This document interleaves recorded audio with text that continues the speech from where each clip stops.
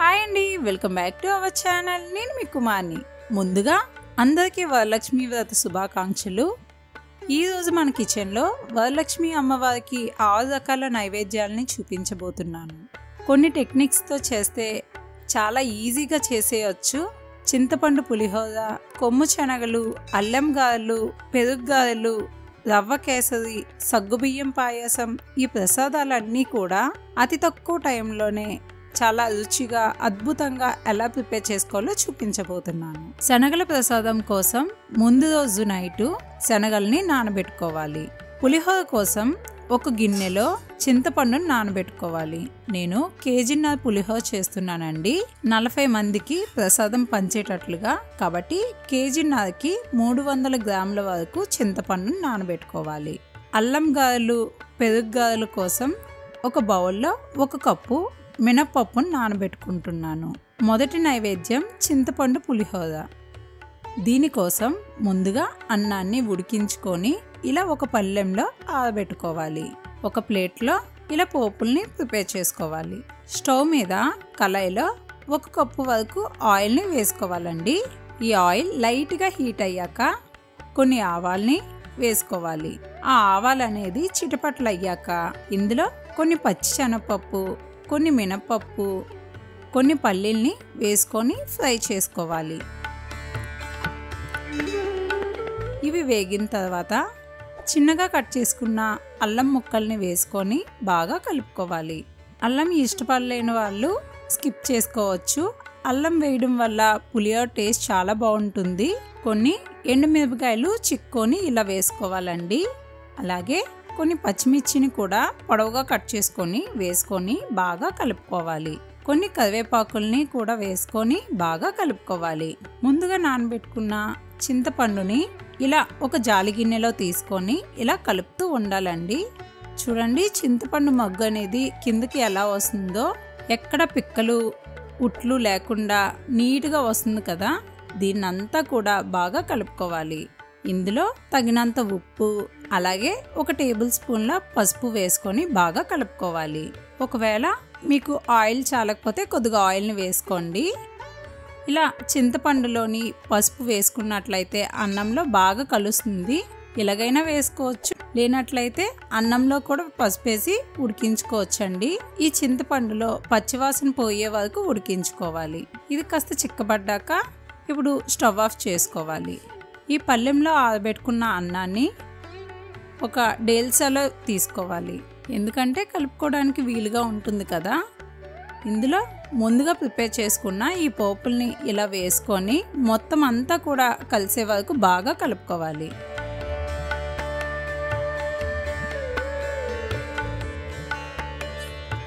అంతేనండి, కమ్మనైన చింతపండు పులిహోర రెడీ అయిపోయింది.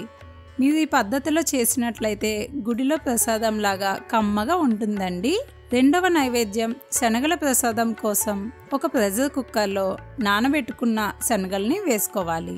ఇందులో కొద్దిగా వాటర్ వేసుకొని తగినంత ఉప్పు వేసుకోవాలి. ఇప్పుడు మూత పెట్టుకొని 3 విజిల్ వచ్చే వరకు కూడా ఉడికించుకోవాలి. స్టవ్ మీద ఒక ప్యాన్ పెట్టుకొని ఇందులో 3 టేబుల్ స్పూన్ల వరకు ఆయిల్ని వేసుకోవాలి. ఈ ఆయిల్ అనేది కాస్త మరిగాక 1 టేబుల్ స్పూన్ జీలకర్ర, 1 టేబుల్ స్పూన్ ఆవాలు, కొన్ని వెల్లుల్లిపాయలు దంచుకొని వేసుకోవాలి. అలాగే 2 టేబుల్ స్పూన్ల మినపప్పు వేసుకొని చక్కగా వేపుకోవాలి. ఇవి వేగిన తర్వాత 4-5 ఎండుమిరపకాయలు చిక్కుకొని వేసుకోవాలి. కొన్ని కరివేపాకుల్ని కూడా వేసుకొని ఫ్రై చేసుకోవాలి. ఇందులో ఉడికించుకున్న ఈ శనగల్ని వేసుకొని బాగా కలుపుకోవాలి. ఆల్రెడీ ఉప్పు వేసుకొని ఉడికించుకున్నాం కాబట్టి ఉప్పు వేయనవసరం లేదండి. ఇలా ఒక 5 మినిట్స్ పాటు వేగించుకోవాలి. అంతేనండి, శనగల ప్రసాదం రెడీ అయిపోయింది. ఈ విధంగా చేసుకున్నట్లయితే చాలా అద్భుతంగా ఉంటుందండి. ట్రై చేసి ఎలా వచ్చిందో కామెంట్ పెట్టండి. మూడవ నైవేద్యం అల్లం గారెలు. ఈ అల్లం గారెల కోసం ముందుగా నానబెట్టుకున్న ఈ మినపప్పుని శుభ్రంగా వాష్ చేసుకొని ఒక మిక్సీ గిన్నె కానీ గ్రైండర్లో కానీ వేసుకోవాలి. నేను మిక్సీ గిన్నెలో వేసుకుంటున్నాను. ఇందులో కొద్ది వాటర్ వేసుకొని, మరీ ఎక్కువగా వేయకూడదండి, కొంచెం వేసుకొని మిక్సీ పట్టుకోవాలి. కన్సిస్టెన్సీ ఇలా ఉండాలండి. ఇందులో తగినంత ఉప్పు వేసుకోవాలి. దీనికి ఒకే డైరెక్షన్లో బాగా కలుపుకోవాలండి. ఇలా కలుపుకోవడం వల్ల వంట సోడా వేయనవసరం లేదండి. పిండి అనేది ఫ్లఫీగా ఉంటుంది. ఇందులో చిన్నగా కట్ చేసుకున్న కొత్తిమీర, కొన్ని కరివేపాకుల్ని, కొన్ని అల్లం ముక్కల్ని, కొన్ని పచ్చిమిర్చి ముక్కల్ని వేసుకొని దీన్ని బాగా కలుపుకోవాలి. ఇప్పుడు ఒక పాలు కవర్ కానీ ఒక కాటన్ క్లాత్ కానీ తీసుకొని దీనికి చేత్తో తడి చేసుకొని ఈ పిండిని ఇలా వేసుకొని తడి చేసుకొని ఇలా మధ్యకి హోల్ చేసుకొని మరిగిన ఈ ఆయిల్లో వేసుకోవాలి.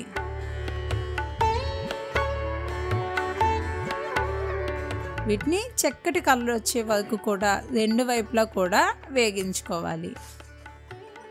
అలాగే మిగిలినవి కూడా ఇలా వేసుకోవాలి. అంతేనండి, అల్లం గారెలు రెడీ అయిపోయి. ఈ విధంగా చేసినట్లయితే బయట క్రిస్పీగా, లోపల మెత్తగా, గుల్లగా చాలా బాగా వస్తాయండి. తినే కొద్ది తినాలనిపిస్తుంది, అంత బాగుంటాయి. మీకు ఈ ప్రసాదం నచ్చినట్లయితే కామెంట్ సెక్షన్లో కామెంట్ పెట్టండి. 4వ నైవేద్యం పెరుగు గారెలు. పెరుగు గారెల కోసం ఒక బౌల్ తీసుకొని ఇందులో 2 కప్పుల వరకు పెరుగును వేసుకోవాలి. కొద్దిగా వాటర్ వేసుకొని తగినంత ఉప్పు వేసుకొని విస్కర్తో బాగా మిక్స్ చేసుకోవాలి. కన్సిస్టెన్సీ ఇలా ఉండాలండి. స్టవ్ మీద ప్యాన్లో 2 స్పూన్ల వరకు ఆయిల్ని వేసుకొని కాస్త వేడయ్యాక 1 టేబుల్ స్పూన్ ఆవాలు, 1 టేబుల్ స్పూన్ మినపప్పు, 1 టేబుల్ స్పూన్ శనగపప్పు, 2 ఎండుమిర్చి, కొన్ని వెల్లుల్లిపాయలు తుంచి వేసుకోవాలి. వీటిని బాగా వేపుకోవాలి. అలాగే కొన్ని కరివేపాకుల్ని కూడా వేసుకొని బాగా కలుపుకోవాలి. ఈ వేగిన పోపుల్ని మిక్స్ చేసుకున్న ఈ పెరుగులో వేసుకొని బాగా కలుపుకోవాలి. మరొక బౌల్ తీసుకొని 2 కప్పుల వరకు వాటర్ని వేసుకోవాలి. ఇందులో 1/2 స్పూన్ సాల్ట్ వేసుకొని బాగా కలుపుకోవాలి. ముందుగా మిక్స్ చేసుకున్న ఈ మినపప్పు రుబ్బుని బాగా కలుపుకోవాలండి. ఇప్పుడు ఒక పాలిథిన్ కవర్ కానీ లేదంటే ఒక పాల్ కవర్ కానీ తీసుకొని దీనికి కాస్త తడి చేసుకొని మిక్స్ చేసుకున్న ఈ పిండిని ఇలా చేత్తో తీసుకొని ఇలా ఈ కవర్ మీద ఇలా సాఫ్ట్ చేసుకొని మధ్య ఇలాగా హోల్ చేసుకొని ఇలా తీసి వేడిగా ఉన్న ఆయిల్లో వేసుకోవాలి. వీటిని 2 వైపులా కూడా చక్కగా వేపుకోవాలి. వీటిని ముందుగా ప్రిపేర్ చేసుకున్న ఈ ఉప్పు నీళ్ళలో వేసుకోవాలి. ఉప్పు నీళ్ళైనా పర్వాలేదండి, లేదంటే మజ్జిగలోనైనా వేసుకోవచ్చు. వీటిని ఒక 2 సెకండ్స్ పాటు ఇలా ఉంచి ఈ వాటర్ అనేది తీసేసి వీటిని ముందుగా ప్రిపేర్ చేసుకున్న ఈ పెరుగులో వేసుకోవాలి. అలాగే మిగిలిన కూడా ఇలా వేసుకోవాలి. ఇది మునిగేటట్లుగా ఉంచుకోవాలి. అంతేనండి, పెరుగు గారెలు రెడీ అయిపోయి. మీరు ఇలా చేసినట్లయితే పర్ఫెక్ట్గా వస్తాయండి. చాలా జ్యూసీగా, స్మూత్గా, సాఫ్ట్గా ఉంటాయి. ఈ పెరుగు గారెలు అనేది తినే కొద్దీ తినాలనిపిస్తుంది, అంత బాగుంటాయి. ఈ రెసిపీ చేసి మీకు ఎలా వచ్చిందో కామెంట్ చేయండి. 5వ నైవేద్యం రవ్వ కేసరి. దీనికోసం స్టవ్ మీద ప్యాన్ పెట్టి 2 స్పూన్ల వరకు నెయ్యిని వేసుకోవాలి. ఇందులో కొన్ని జీడిపప్పులు, కిస్మిస్లు వేసుకొని చక్కగా వేపుకోవాలి. ఈ వేగిపోయిన వీటిని ఒక కప్పులో తీసుకోవాలి. ఇందులో 1 కప్పు వరకు గోధుమ నూకని వేసుకొని వీటిని నేతిలో బాగా వేపుకోవాలి. మంచి సువాసన వచ్చే వరకు కూడా వేపుకోవాలండి. ఇలా వేగిన దాంట్లో మరిగించుకున్న వేడి నీటిని ఇందులో వేసుకోవాలి. 1 కప్పు నూకకి 3 కప్పుల వరకు వాటర్ వేసుకోవాలండి. ఎక్కడ ఉండలు లేకుండా బాగా కలుపుకోవాలి. ఇందులో 1 కప్పు నూకకి 1 కప్పు పంచదారను వేసుకొని బాగా కలుపుకోవాలి. ఈ పంచదార అంతా కరిగిన తర్వాత 1 కప్పు వరకు పాలను వేసుకొని మళ్ళీ ఒకసారి బాగా కలుపుకోవాలి. ఇందులో చిటికెడు ఎల్లో ఫుడ్ కలర్ని వేసుకుంటున్నానండి. ఫుడ్ కలర్ వేసుకున్నా పర్వాలేదు, లేదంటే వేసుకోపోయినా పర్వాలేదు, ఆప్షనల్ అండి. అలాగే 1 టేబుల్ స్పూన్ వరకు యాలకుల పౌడర్ను వేసుకొని బాగా కలుపుకోవాలి.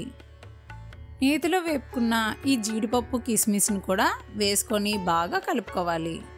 చివరగా 2 టేబుల్ స్పూన్ల వరకు నెయ్యిని వేసుకొని బాగా కలుపుకోవాలి. అంతేనండి, రవ్వ కేసరి రెడీ అయిపోయింది. ఇలా చేసినట్లయితే స్మూత్గా, సాఫ్ట్గా వస్తుందండి. ఎక్కడ గట్టిగా అవ్వకుండా చాలా స్మూత్గా ఉంటుంది. 6వ నైవేద్యం సగ్గుబియ్యం పాయసం.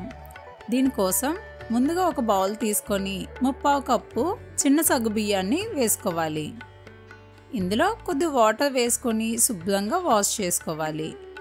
మళ్ళీ ఈ వాటర్ వేసుకొని ఒక 10 మినిట్స్ పాటు నానబెట్టుకోవాలి. ఇవి చిన్న సగ్గుబియ్యం కాబట్టి ఎక్కువసేపు నానబెట్టిన అవసరం లేదండి, అప్పటికప్పుడే చేసుకోవచ్చు. ఇవి నానుతూ ఉంటాయి కదా, ఈ లోపు స్టవ్ మీద ఒక గిన్నెలో 1/2 లీటర్ వరకు పాలు వేసుకొని ఒక పొంగు వచ్చే వరకు కూడా మరిగించుకోవాలి. వీటిని చల్లార్చుకోవాలండి.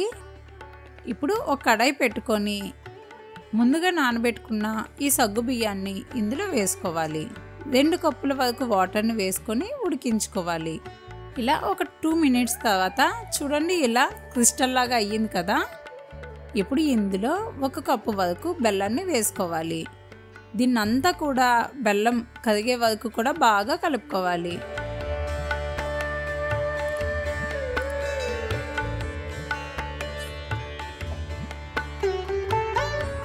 ఇప్పుడు బెల్లం అంతా కూడా కరిగిపోయింది కదా.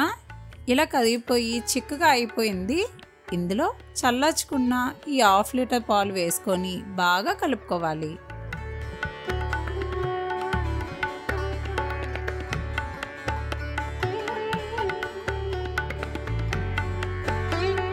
మరోపక్క ఈ ప్యాన్లో 2 స్పూన్ల నెయ్యి వేసుకోవాలి. ఇందులో కొన్ని జీడిపప్పు కిస్మిస్ని వేసుకొని వేపుకోవాలి. ఈ వేగిపోయిన వీటిని ఈ సగ్గుబియ్యం పాయసంలో వేసుకొని బాగా కలుపుకోవాలి. అంతేనండి, బెల్లం సగ్గుబియ్యం పాయసం తయారైపోయింది. కమ్మని రుచితో మన 6 రకాల నైవేద్యాలు తయారైపోయాయి.